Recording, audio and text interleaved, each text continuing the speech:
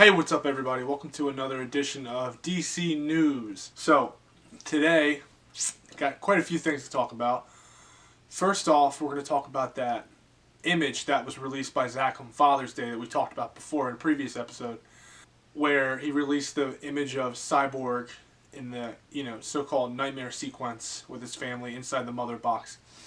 And there was something in the background, and Zack said it was just a template. Turns out there was a ship back there. Somebody asked him on Vero, what was that in the background? Was that? And Zack responded, it was a Green Lantern ship. We just continue to get more and more information on his cut of the movie. It just doesn't stop. And the same thing with the dark side, or the Steppenwolf talking to someone, saying in the trailer and in the movie a little bit about no lanterns, no Kryptonians. He's reporting, Zack said again, he's reporting to Desaad, another character in this movie that we never saw, another actor uncredited. I mean, it just goes on and on and on.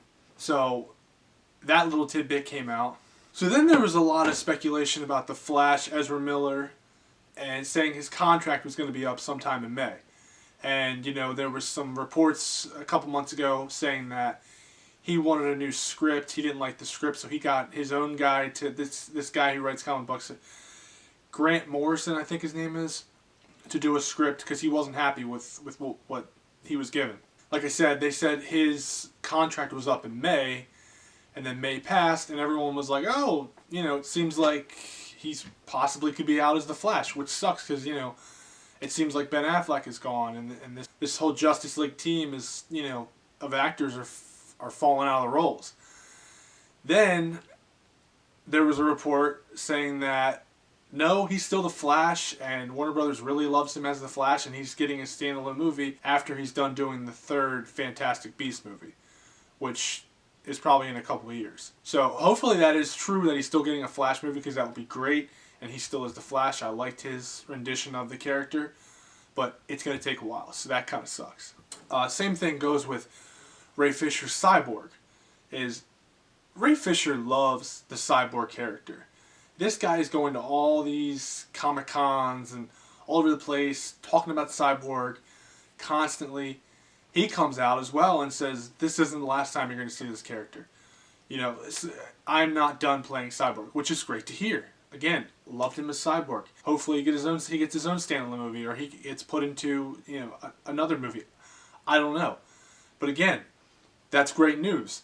I don't know how much of it is true. He's saying it, so it sounds good, but only time will tell. And that's something I want to put out about the Snyder Cut, right? Is these guys like Jay Oliva, Ray Fisher, Jason Momoa, these guys that work with Warner Brothers. They're out here talking about the Snyder Cut, right? So if WB wants them to keep their mouths shut, they would be telling them this. You know what I mean? They'd be like, no, don't say anything, just shut up about it. But they're still talking about it. So if WB didn't want to release this cut of the movie and they wanted it to just be hush-hush, let's just dead it, they'd be telling the guys like Ray Fisher, Jason, Jay Oliva, stop talking about it. Jason obviously is under contract with more movies, and he's not saying much about it, but he has in the past. And they would be like, yo, you can't be talking about this.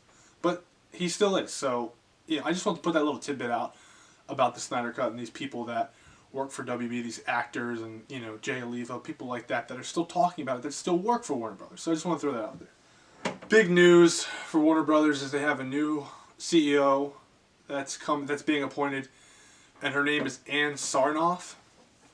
Don't know much about her. It's great that they finally filled that role.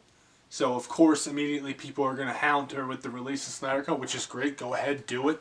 Because, again, that's what we all want. Hopefully she can see this and be like, wow, a lot of people want this cut of the movie. Why don't we give it to them? A new face could be great, could be bad for the movement. I don't know. We'll just have to wait and see. A new CEO coming in, which, fingers crossed. Let's hope for the best. Release the Snyder Cut, and we believe in you. The last thing I wanted to throw out there was the new Suicide Squad movie. We don't know if it's a sequel or just what...